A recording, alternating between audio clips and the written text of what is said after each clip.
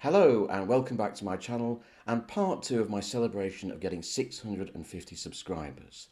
Now, do you remember back in the 70s and 80s, this programme, Arthur C Clarke's Mysterious World, still my favourite television programme ever about mysteries and the supernatural. And what it was half an hour each week. It was on ITV. And they went through one of the mysteries of the world. They did things like stone circles and sea serpents, and things like UFOs and all that sort of stuff. And it was presented by Arthur C Clarke, the science fiction writer. So he'd appear at the beginning and he'd do a little intro. And then at the end, he'd turn up and he'd be walking along this beach in Sri Lanka where he lives with a massive golf umbrella. It's the biggest golf umbrella I've ever seen, to give his verdict on these mysteries and what he thought of them and whether they were worth investigating. And what I quite liked about this program, you couldn't do this now, but in those days, he sat there and at his desk in Colombo or wherever it was, and he said, "Actually, I think this is all a load of rubbish." So just completely dismissing the previous half hour. But I thought what I'd do today is Michael J. Bartlett's Mysterious World. I thought I'd go through the mysteries of the world, things I've been fascinated with since I was a kid, and rank them in terms of their importance and in terms of their believability.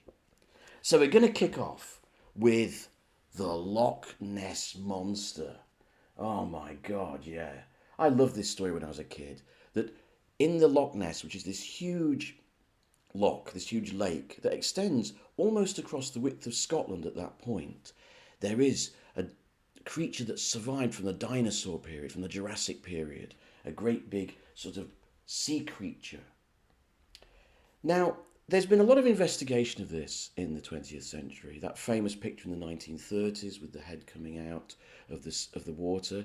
This guy who wrote this book for kids, Tim Dinsdale, he was an explorer and a researcher who actually camped out by the shores of Loch Ness for years trying to spot Nessie. I don't think he ever saw Nessie.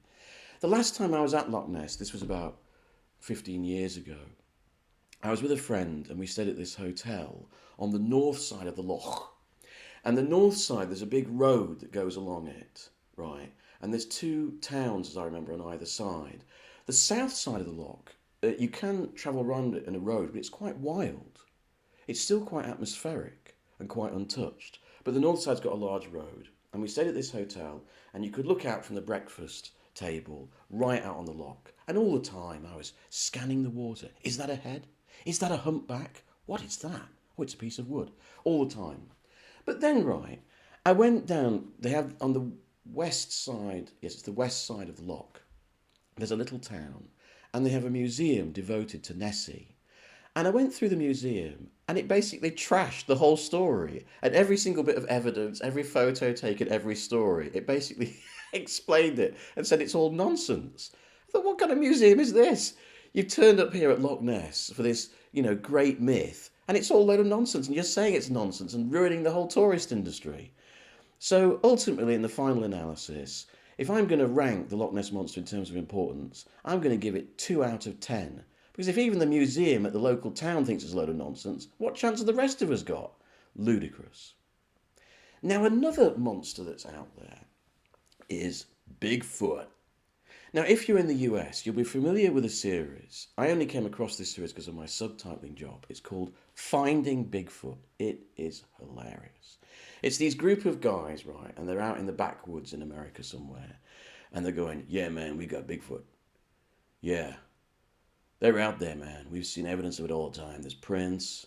We hear their cries. And what's that? Oh my God, that was a Bigfoot. That's a mating cry." And they've got this whole this whole biological, plan of how Bigfoot live, where they live, what they eat, how to track them, how to hunt them down, even though one of them has never actually been seen or produced in real life. And these guys go out, what they do is they go out into a wood in America every episode. They hunt around saying, "What's that, man? Oh my God, that's a foot. That's a Bigfoot." And then nothing's actually ever proven. And then they all go home. They've done 9 series of this. And the guys that are at the centre of it, they've become millionaires. They've made money out of it. How have they done it? You've got to respect them. They're complete frauds, but you've got to give it to them. That's a great money-making business they've got there. Now, This is part of a myth that actually comes from all around the world, that earlier versions of man, sort of Paleolithic man, have survived. Of course, the main one is the Yeti in the Himalayas. I always loved that myth when I was a kid, that way up in the Himalayas near Everest, there are these big hairy men who've survived from early times, and that their scalps are found in Tibetan monasteries and things like that. I love all that mythology. Again, though, like the Loch Ness Monster, so much of the evidence has been proved to be fake. There was a famous home video taken of Bigfoot walking along through the woods and turning round to look at the camera. It's now, all these years later, proved to be a complete fake. It was a man in a gorilla suit, after all. It's what it looked like, and that's what it was. So I can't really take it that seriously. I want to, but I can't. I'm giving Yeti and Bigfoot 4 out of 10. Next, UFOs, unidentified flying objects. First seen really in 1947 by Kenneth Arnold outside his plane, these disc-like objects flying alongside him. And then that created a whole craze for seeing these things, particularly in America. My personal favourite UFO story of all time was from a Brazilian farmer called Antonio Villas Boas, who apparently was abducted by aliens, but these aliens turned out to be quite sexy aliens. They covered him in some kind of gel. And then he was led into a room with a female alien, and he made love to her, and she kept biting his chin. Very odd. He's since become a lawyer. He might be dead now, this was in 1957, but he became a lawyer. UFOs have come back, haven't they, recently? There was a Senate hearing that was actually televised about UFOs. In fact, there are quite a lot of UFO sightings that have never been properly solved. I mean, there are all sorts of explanations, from weather balloons to meteorological phenomena to, experimental aircraft, But some of these UFO stories still persist, and they are explored seriously by the US, UK, and other militaries. So I'm going to give UFOs 6 out of 10. I think a lot of it is bollocks, but it's fun, and I think there might be something there. There's too many sightings to be dismissed completely. Now, UFOs have often been offered as an explanation for the next phenomenon I want to discuss, the Tunguska Explosion. I found out about this from Arthur C Clarke's Mysterious World, and it's fascinated me ever since. This was a genuine event. It happened in 1908 in Siberia, right in the depths of Russia, miles away from any kind of population. And it was a gigantic explosion, the force of a 12 megaton bomb. It flattened the forest for miles and miles, just trees laid like matchsticks across the ground. Now, on Wikipedia, they will tell you that this was a meteor or meteoroid exploding in midair. Yeah, right. A lot of people believe it was the first atomic bomb, devised years before the real atomic bomb. Other people say it was a UFO exploding in midair. What caused the Tunguska explosion? It's fascinating, this, because it took ages for scientists to actually go and explore it, because it was so remote, it was so far out in Siberia. They had to go on expeditions to get to the place. And all they found in the end was like a tiny little piece of rock at the centre of it. But they've never really properly explained it. Most scientists agree it was a kind of meteor explosion. But it's fascinating because it's actually there, and there's masses of evidence for it. We know it happened. We just don't really know why. If it was a meteor exploding in midair, why hasn't it happened many, many times before and since? That's why I'm going to give the Tunguska explosion 7 out of 10. It may have been explained to the scientist's satisfaction, but not to mine. Next, let's turn to the supernatural and ghosts. Now, I should declare an interest here. I've always been passionately interested in ghost stories, and ever since I was a kid, I've collected them, both real and fictional, because of course some of them are real. Now, I've never seen a ghost. What was that? No, I've never seen a ghost. I've always really wanted to. But I know I'd be terrified if I actually saw one. But ghosts fill up my life. I read so many ghost stories. I love them. And the world would be so dry and barren without them. I particularly love haunted house stories. I love stories of skulls that are moved out of a house and start screaming. The Amityville horror, Borley Rectory. I love all that stuff. And that wonderful village, I think it's in Kent, the most haunted village in England, which has got 9 separate hauntings going on at the same time. I wouldn't live there. Anyway, I love ghost stories. So even though there is a lot of evidence to suggest that they are not true, so many people have seen or experienced something, there must be something in it. I like Nigel Neal's stone tape theory, that what ghosts are is a sort of video recording imprinted on natural surroundings of old historical events, that somehow the energy from those events imprints itself in the actual fabric of a house or a wood or a place. So there's often around battlefields, there are ghosts, you can hear the cries of dying men or horses or whatever. Maybe there's something in that. Maybe that was such a huge moment of such energy that it sort of dissipated into the land itself. I like to believe that's true. And because I like to believe it's true, I'm giving ghosts 8 out of 10. There's got to be something in it. Staying with the supernatural, the world of the occult, occult magic and witchcraft. Again, I should declare an interest. This has been something that has obsessed me ever since I was a kid. I'm fascinated with witchcraft for lots of reasons. First of all, for religious reasons, because of course it was the old religion of these isles, swept away by the dastardly Christians. I like the way that witchcraft puts nature first and foremost, and of course magic. And the whole world of occult science fascinates me, this sort of ancient knowledge, written in these books, the world of mysticism, the world of the alchemists. People say about alchemists that what they were really interested in was transforming gold, lead into gold. This is actually just symbolism. What the alchemists were interested in was that lead into gold was a symbol of going from the vulgar, the profane, into the world of the sacred or the transcendent. To raise yourself, you raise your level as a human being. That's what the alchemists were really interested in. The alchemists weren't so much evil Satanists. They were mystics of their separate religions. So the Kabbalists were mystic Jews, for example. Is there anything in this science of the alchemists? The alchemists used to believe that they could create little human beings. They were called homunculi, little babies, in their limbex, and feed them human blood. This is all nonsense. But actually, a lot of alchemical textbooks are full of genuine science. It wasn't seen as science in those days. In those days, astrology, what we've come to understand as science, was all mixed up into one. It got separated by Francis Bacon, and the new scientific movement with Newton and so on. Until then, it was all just one thing. So in alchemical books, there is actually a lot of wisdom. There's a lot of genuine knowledge. Here's my copy of Francis Barrett's The Magus, which I have studied on many a dark night. This is a compendium of all the sort of hidden occult knowledge up to that point. It was published in the 1700s. A complete system of occult philosophy.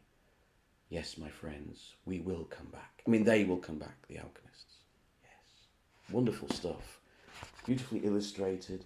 All sorts of numerology, all sorts of hidden graphs and diagrams for the adept amongst us. Wonderful stuff. Most people think it's hocus pocus, but you will learn your mistake, my friends. You will learn your mistake. I'm giving it 8 out of 10. There be something in it, I reckon. The Devil's Hoof Prints. Have you come across this story? In 1855, in parts of Devon, a train of cloved hoof prints appeared in the snow. And they didn't stop. So they went along the ground, they went up the side of barns, across roofs, down across the other side of the roof, kept going for miles. No one's ever solved it. What was it? Was it a bird? Was it a fox? Or was it something more devilish that visited that English province? I love the Devil's Hoof Prints. What a great story, even if it's a load of bollocks. I love it to pieces. And it hasn't been explained. And many people witnessed it. And again, it was a physical phenomenon. And so for that reason, I'm giving it 8 out of 10.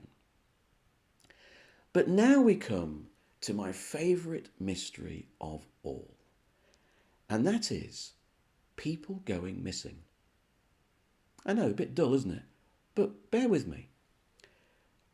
A lot of people in the world each year go missing. I first became aware of this when I lived in Spain in 1992. And there was this programme every week on television about people going missing without trace. Now, the police will tell you that loads of people go missing every year, they become homeless, they're living on the streets, they take the drugs or whatever. That's true. But there are just as many people who actually are never found. Many times these people who've fled from home and are living homeless on the streets, they're located or their DNA turns up somewhere. I'm talking about people who vanish completely without trace and are never found of ever again. And there was such a phenomenon of it in Spain in the 90s that they actually constructed a TV programme about it. It's also true in Japan. Many people a year go missing in that very densely populated, very modern country. Where do they go? I'm fascinated by this. Over in America, I found this TV movie one night. I was channel surfing on my mum's TV and I found this wonderful documentary film. It's called Missing 411, The Hunted. It's great. It's a series, but this is the best one. And what's happening is, across America, there's these guys, they go out hunting. They've got big assault rifles and they've got GPS and they've got hunting knives, and they go out into the woods and they go and hunt elk or deer or caribou or coyote, but they go missing and nothing of them is ever found. No blood, no bones, no equipment, no clothes.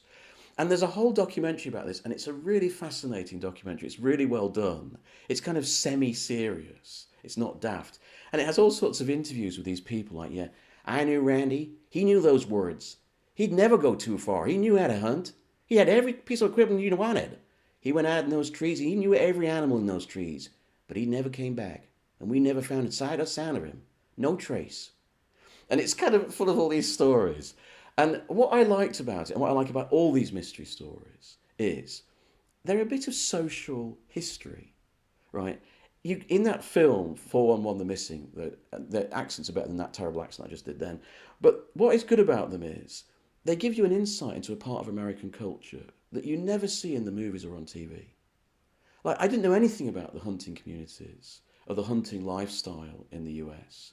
But you get an insight into these communities, these kind of backwoods, some people might say redneck communities, a whole way of life and a whole way of being, and the way that they talk. I find that fascinating, and that's true in ghost stories. It's true in all these kind of tales of ordinary people experiencing strange phenomena. You get a bit of social history, and that's one of the reasons I like the film. I also like the film because the last story in the film, it's tried to be serious all the way through. But the last story is about this woman who sees a predator, genuinely a predator, in the trees outside her home. She said, I was walking out, I was going to do some hunting, and I saw it in the trees. God, it scared the crap out of me. And you get this little predator special effects running down through the trees. It's hilarious. You've got to see it. I got interested in missing people through this very serious book, The World's Greatest Ghost. It's a very serious book. This is brilliant research on this channel. And there was two particular stories that interested me. One was the story of David Lang. David Lang vanished from the face of the earth on September the 23rd, 1880 in Tennessee. He was a farmer walking home across the field one afternoon in front of his family. He simply vanished. They ran to the spot and he wasn't there. Imagine if that happened to you. Imagine if you were talking to someone in the kitchen and they suddenly just vanished. No trace of them left. How terrifying that would be. Really, think about it. Now I'm going to read you this little story. This was a book published in 1983, a factual book. This is the story. The day marathon man James Warson accepted a sporting challenge was the day he disappeared from the face of the earth. The proud, athletic English shoemaker screamed once and vanished forever. On September the 3rd, 1873, Warson boasted of his athletic prowess to two fellow townsfolk of Leamington, Warwickshire. He said that on more than one occasion he had raced from one town to another in record time. The people of Leamington knew Warson's talents as a foot racer, but his friends were sceptical. He might be as good as he thought, they told him, but could he prove it? Warson happily accepted the challenge. He would show them, he said, with a 20-mile run from Leamington to Coventry. They began the test in high spirits. Warson put on his running clothes and set out. His friends, Hammerson Burns and Barham Wise, trailed close behind him in a horse-drawn gig, Burns carrying a camera. The mood of the three was still festive, a quarter of the way to Coventry. Warson appeared as tireless as he had claimed, running with ease and turning occasionally to exchange words with his friends. The runner was never out of their sight. Running in the middle of the dirt road, Warson suddenly appeared to stumble. He pitched forward in a headlong fall and had time for one piercing scream. Wise said later it was the most ghastly sound either of us had ever heard. That terrible cry was their last memory of him. Warson's body never struck the ground. He vanished in the middle of his fall without touching the earth. The road itself provided tangible evidence of what they had witnessed. Burns' pictures of the long-distance runner's tracks, clear footprints in the soft dirt, faltering and ending as abruptly as if Warson had crashed into a stone wall. When the men returned to Leamington, a massive hunt began. Searchers combed every inch of the terrain between Leamington and Coventry without success. Bloodhounds were strangely reluctant to approach the spot where Warson's footprints ended. And for years after his disappearance, there were reports of a ghostly green runner on the empty night road from Leamington to Coventry. Now that story scared the living crap out of me when I was a child. And I never forgot it, and it imprinted itself into my consciousness, and I became fascinated by this concept of people disappearing in front of your eyes. Years later, I found out that both those stories, David Lang and the John Warson story, they're both made up by Ambrose Bierce, a famous American storyteller. They're complete fiction, yet they appear in this book, this apparently well-researched book, as fact, almost 90 years later. Outrageous. But still, the deed was done, I was scarred for life, and I became obsessed with the idea of people going missing right in front of us without trace. And actually it does happen a lot, every year, all the world around. So I'm giving missing people 10 out of 10. It's worthy of investigation. Let me know your rankings below. Are there any mysteries I've missed out that you wanted me to rank? I could do a second sequel to this. I could do Michael J. Bartlett's World of Strange Powers if you want. Let me know. And as always, if you enjoy this content, please like and subscribe.